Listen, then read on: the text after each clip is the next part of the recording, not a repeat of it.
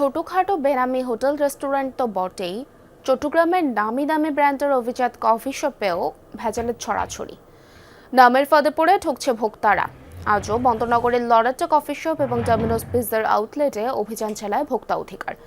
এ সময় মেয়াদ উত্তীর্ণ উপকরণ সহ বিভিন্ন অনিয়মের প্রমাণও মেলে। অর্ধ লাখ টাকা জরিমানা ও কঠোরভাবে সতর্ক করা হয় মালিকপক্ষকে।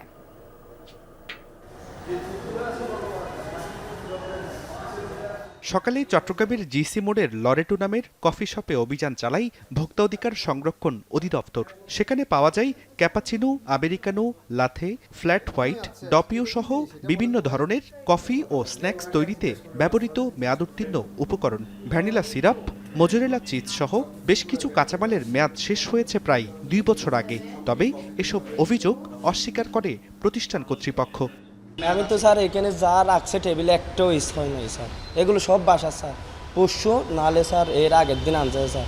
এগুলো আমাদের কেনা হয়েছিল, কিন্তু এগুলো স্টক আউটের জন্য রাখা হয়েছিল আর কি, যেমন একসাইড করে রাখবো একসাথে স্টক আউট করবো।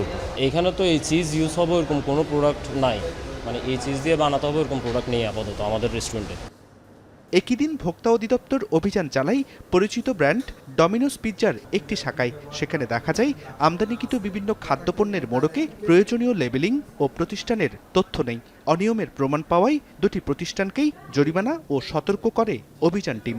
কম বেশি আপনি চট্টগ্রামে আরও রেস্টুরেন্ট ঘুরলে আপনি এরকম পাবেন। শুধুমাত্র যে এটাতেই সমস্যা হচ্ছে তা না, আপনি আরও 2-4-5টা রেস্টুরেন্টে যদি ঘুরেন, খুলশি 2 নাম্বার গেট, ম্যাক্সিমাম রেস্টুরেন্টে এই সমস্যাগুলো থাকবেই, কম আর বেশিও থাকবে, সব জায়গায় থাকে। যেখানে খেতে যাই ওই জায়গাগুলোতে আসলে যদি প্রপার সরকারিভাবে ভুক্ত অধিকারে যদি বিভিন্ন রেস্টুরেন্টে বড় রেস্টুরেন্টগুলোতে যদি তারা তদারকি করে তাহলে খাবারের মানগুলো উন্নত হবে। ভোক্তা অধিকারের কর্মকর্তারা জানান, কফি শপটি চালু হয় বছরখানেক আগে, তবে মেয়াদ উত্তীর্ণ পণ্য মিলছে 2 বছরেরও বেশি আগের। অভিযান টিমের দাবি, বাড়তি মুনাফার আশায় জেনে শুনে মেয়াদ উত্তীর্ণ উপকরণ ব্যবহার করছে প্রতিষ্ঠানটি। পর্যায়ক্রমে চট্টগ্রামের সব রেস্তোরাঁ ও কফি শপে নজরদারি ও অভিযান চালানোর কথা জানায় ভোক্তা অধিকার সংরক্ষণ অধিদপ্তর। আপনি আশ্চর্য হবেন, 27শে মেয়াদ উত্তীর্ণ এবং 26শে মেয়াদ উত্তীর্ণ দুটো জিনিস, 26শে জানুয়ারিতে মেয়াদ উত্তীর্ণ দুটো একসাথে রেখে শুধু 26শে জানুয়ারিতে যেটা মেয়াদ উত্তীর্ণ সেটা ব্যবহার করতেছে। একেবারে অবাক কাণ্ড। তারা বুঝে শুনে এই কাজটা করতেছে। অনেকগুলি প্রোডাক্ট তারা মনে হচ্ছে যে মেয়াদ উত্তীর্ণ প্রোডাক্ট দিয়েই তারা এই প্রতিষ্ঠানটা চালাচ্ছে। লরেটোকে 40,000 টাকা এবং ডমিনোজ পিৎজাকে 10,000 টাকা জরিমানার পাশাপাশি এ ধরনের অনিয়ম না করার জন্য কঠোরভাবে সতর্ক করে অভিযান টিম।